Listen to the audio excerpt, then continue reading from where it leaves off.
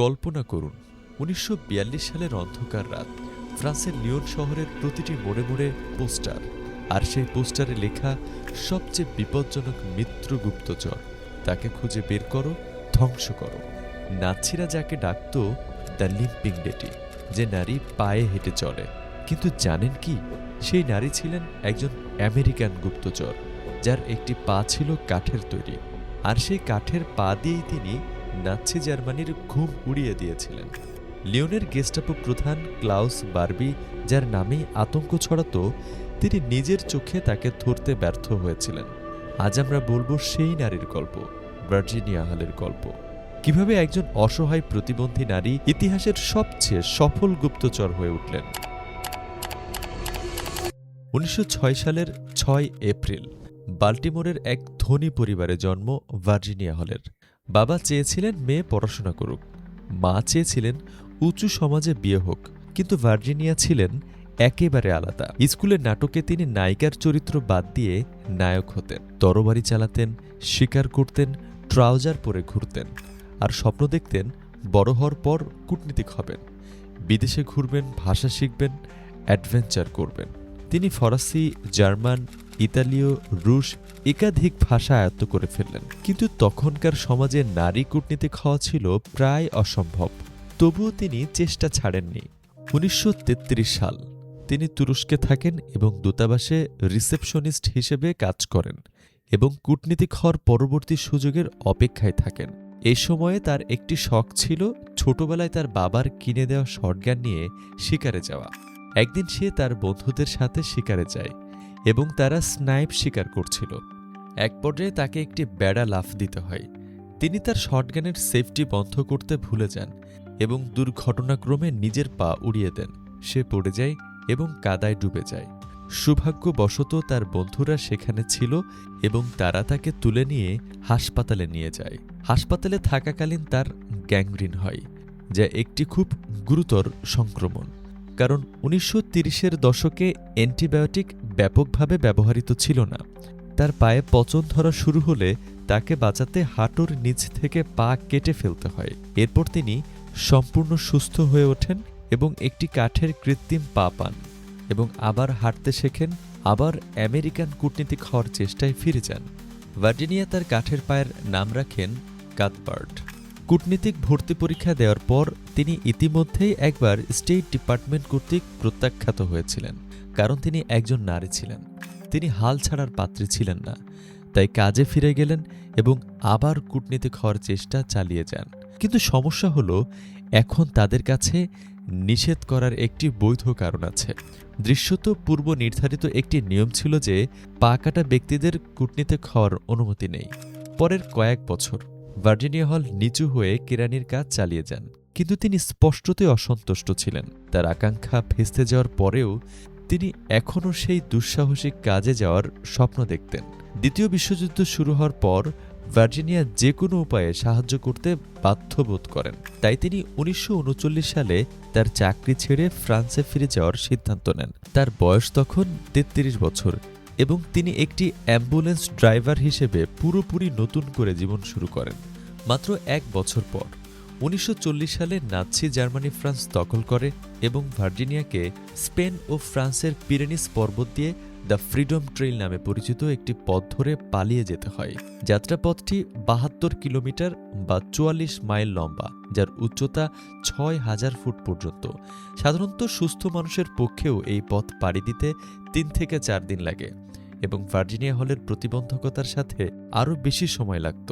যুদ্ধের সময় ২,০০০-এরও বেশি অভিজ্ঞ পর্বত গাইড, যারা দলগুলিকে ফ্রিডম ট্রেইল পেরিয়ে নিয়ে যেত, তাদের ধরে ফেলে নাৎসিরা মৃত্যুদণ্ড দেয় এবং হাজার হাজার বেসামরিক লোক বন্দী হয়।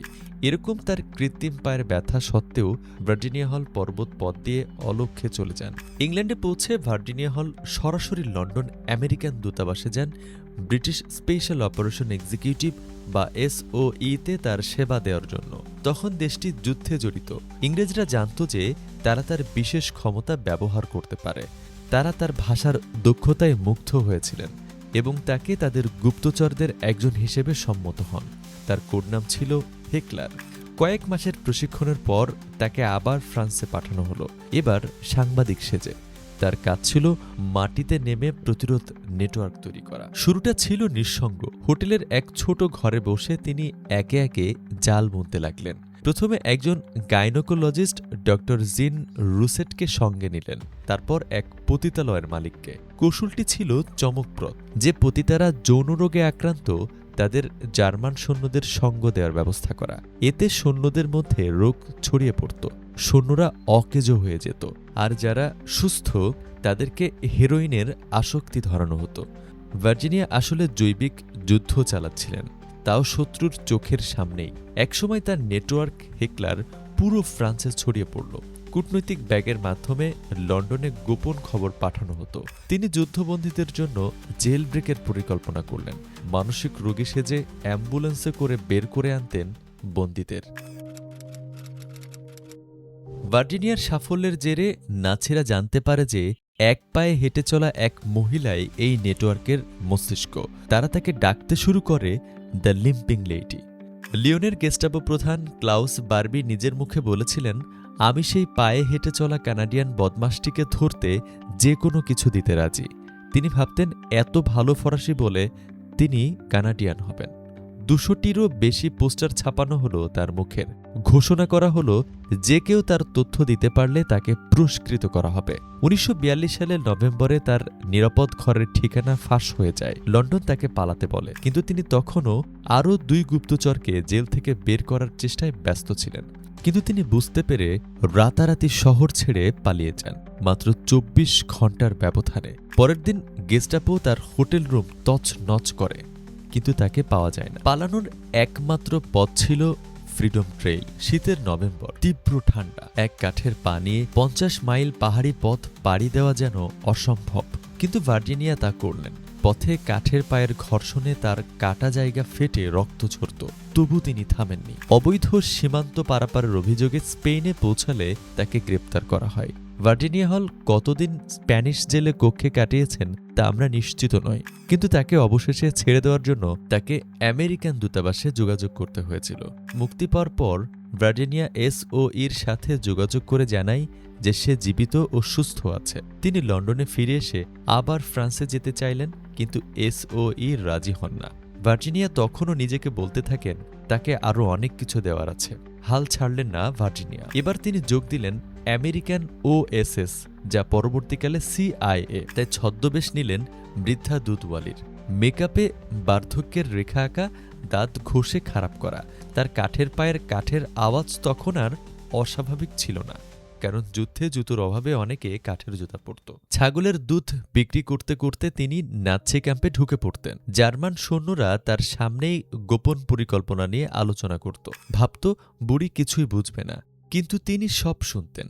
মোর্স কোডে মিত্রবাহিনীকে খবর পাঠাতেন।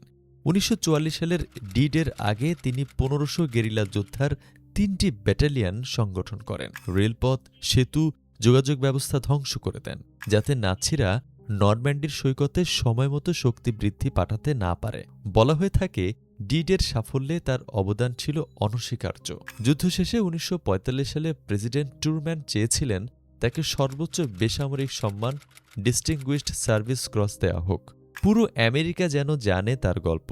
কিন্তু ভার্জিনিয়া বললেন, না, প্রকাশ্যে অনুষ্ঠান চায় না। আমি তখনও গুপ্তচর হিসেবে কাজ করতে চাই।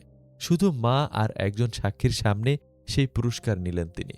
তার স্বামী পল গোইট সেখানে ছিলেন না, মা যেন না জানেন ভেবে। পরে তিনি সিআইএতে কাজ করেন, কমিউনিজের বিরুদ্ধে গোপন অভিযানে নেতৃত্ব দেন। 60 বছর বয়সে অবসর নেন, আর 1982 সালে 76 বছর বয়সে মৃত্যুবরণ করেন। তিনি কখনো সাক্ষাৎকার দেননি, কোনো স্মৃতিকথা লেখেননি। কেউ জিজ্ঞেস করলে বলতেন, আমার অনেক বন্ধু বেশি কথা বলে মারা গেছে। একজন সিআইএ এজেন্ট ক্রেগ গ্র্যালি একবার ফ্রিডম ট্রেইলে ভার্জিনিয়ার পথে হাঁটার চেষ্টা করেছিলেন। তিনি লেখেন, আমি 6000 ফুট উঁচুতে পা ফেলতে ফেলতে 2 বার হোঁচট খেয়েছি। পড়ে গেলে ধরা দেওয়ার মতো কিছু নেই, শুধু কাটা ঝোপ আর পাইন গাছ। আর ভাবুন, এক কাঠের পা নিয়ে কীভাবে পথ পাড়ি দিয়েছিলেন সেই নারী। ভার্জিনিয়া হল প্রমাণ করে গেছেন কোনো প্রতিবন্ধকতা বাধা নয়, যদি মন থাকে তবে ইতিহাস বদলে দেওয়া যায়। তিনি নাৎসিদের স্বপ্নে ভীতি হয়ে আছড়ে পড়তেন, এক পায়ে হেঁটে নীরবে অদম্যভাবে। তাই পরের বার যখন কেউ বলে অসম্ভব, মনে রাখবেন দ্য লিম্পিক লেডির কথা, যে নারী কাঠের পায়ে দাপিয়ে বেরিয়েছিলেন ইতিহাসের সবচেয়ে ভয়ঙ্কর গুপ্তচর হয়ে।